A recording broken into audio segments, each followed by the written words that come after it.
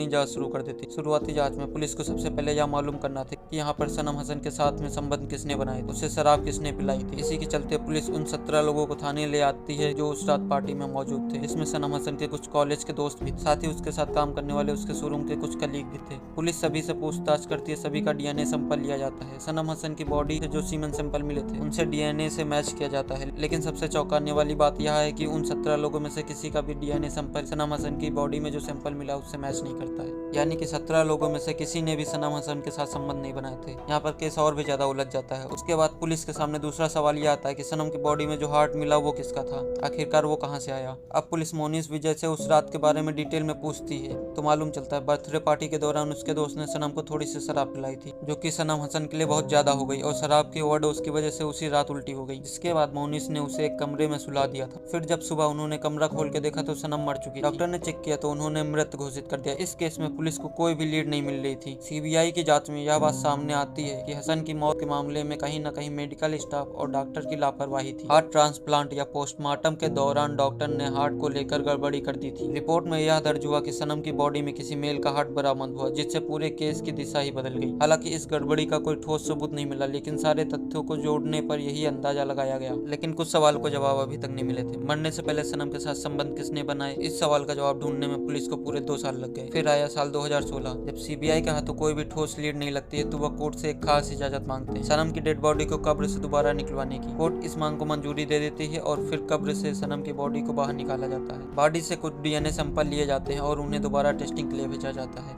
लेकिन नतीजे वही फिर भी निराशाजनक रहते हैं। सीबीआई के हाथ कुछ भी नहीं लगता है। ऐसा कोई सबूत नहीं मिलता जिससे किसी को मुख्य आरोपी ठहराया जाए। सनम के माता पिता का साफ कहना था कि उसकी बेटी बहुत ही फिट थी, वह एक फुटबॉल प्लेयर भी थी, कभी शराब को हाथ भी नहीं लगाती थी। उनका मानना था कि बर्थडे पार्टी में किसी ने उसे जबरदस्ती शराब पिलाई, फिर उसके साथ दुष्कर्म किया और फिर उसकी हत्या कर दी। सीबीआई हर एक एंगल से जांच करती है, दुश्मनी, प्यार, जलन, हर पहलू को खंगाला जाता है। जिन 17 लोगों को शक के घेरे में लाया गया था उनकी पूरी बैकग्राउंड जांच की जाती है। पड़ोसियों से लेकर कॉलेज के स्टूडेंट और स्टाफ तक सभी से पूछताछ की जाती है। लेकिन इतनी बड़ी तहकीकात के बाद भी सीबीआई के हाथ कुछ नहीं लगता है। यह मामला भारत के अपराध इतिहास के उन चंद मामलों में शामिल हो गया जो सुलझे ही नहीं, जो सुलझाने के बावजूद भी अनसुलझे रह जाते हैं। जांच की इतनी लंबी प्रक्रिया के बावजूद भी इस केस में कोई भी ऐसा सबूत नहीं मिला किसी एक इंसान को दोषी ठहराया जाए। आज भी यह केस पेंडिंग के लिस्ट में है। यह हत्या थी या नेचुरल डेथ, इसका कोई भी ठोस कंक्लूजन नहीं निकल पाया। सीबीआई की रिपोर्ट तो किसी निष्कर्ष तक नहीं पहुंची, लेकिन इस केस की कहानी हमें एक बहुत बड़ा सबक जरूर देती है। अगर आपके घर में बच्चे हैं और जो घर से दूर रहकर पढ़ाई कर रहे हो तो जरूरी है कि आप उनकी हर एक्टिविटी पर नजर रखें। देखिए कि वह किस माहौल में रह रहे हैं, किसके साथ उठ बैठ रहे हैं, कहाँ जाते हैं और क्या करते हैं। और सबसे